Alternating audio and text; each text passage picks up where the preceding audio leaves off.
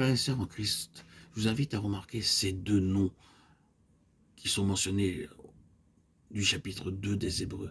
En effet, ce n'est pas des anges que Dieu a soumis le monde à venir, dont nous parlons, Hébreux 2.5, et car assurément ce n'est pas des anges qu'il vient en aide, mais c'est la postérité d'Abraham.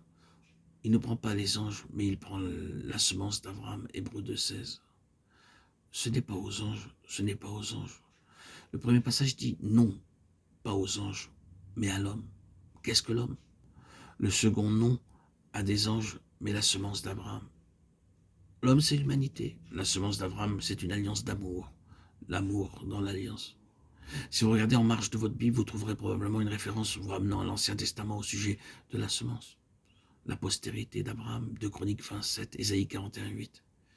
Et vous remarquerez que le contexte immédiat, c'est Abraham, l'ami de Dieu, et la semence d'Abraham, l'ami de Dieu, l'alliance d'amour de Dieu. Le merveilleux mystère de l'incarnation tend vers la direction de l'homme, de l'humanité, dans le sens de l'homme, introduit dans l'alliance d'amour de Dieu. Ici, l'aboutissement, la grandiose apposée de tout ce passage, c'est « Nous voyons Jésus ». Oh, quel nom évocateur et tout à fait approprié dans ce contexte précis. Mais je sais que l'école moderne de théologie met de côté tous les autres titres. Elle ne parle pas de Jésus-Christ ou du Seigneur Jésus, mais parle toujours de Jésus. Cela fait de lui quelqu'un parmi tant d'autres, quoique relativement meilleur que d'autres hommes. Tout cela, bien sûr, n'est pas vrai. Mais ici, comme ailleurs dans le Nouveau Testament, ce nom est employé de manière très appropriée. Nous voyons Jésus couronné de gloire et d'honneur.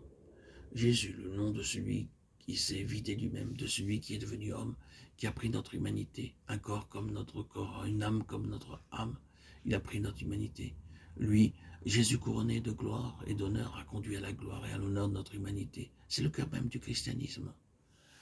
Considérons notre humanité, regardons-nous, considérons ce que nous sommes en tant qu'être humain, ce corps, en plus ou moins bon état, cette âme qui constitue un éternel problème. Oui, dans quel état est notre humanité?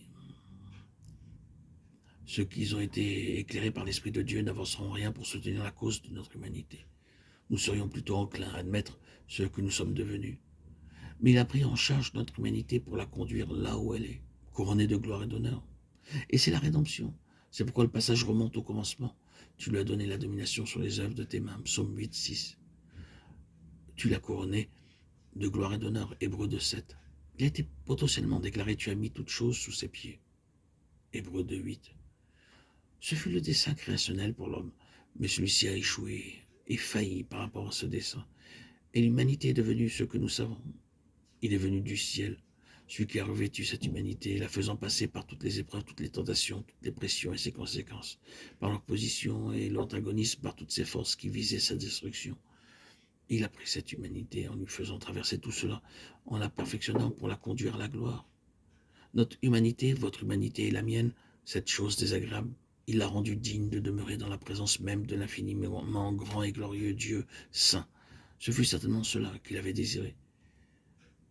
Il voulait conduire à la gloire beaucoup de fils, Hébreux 2.10.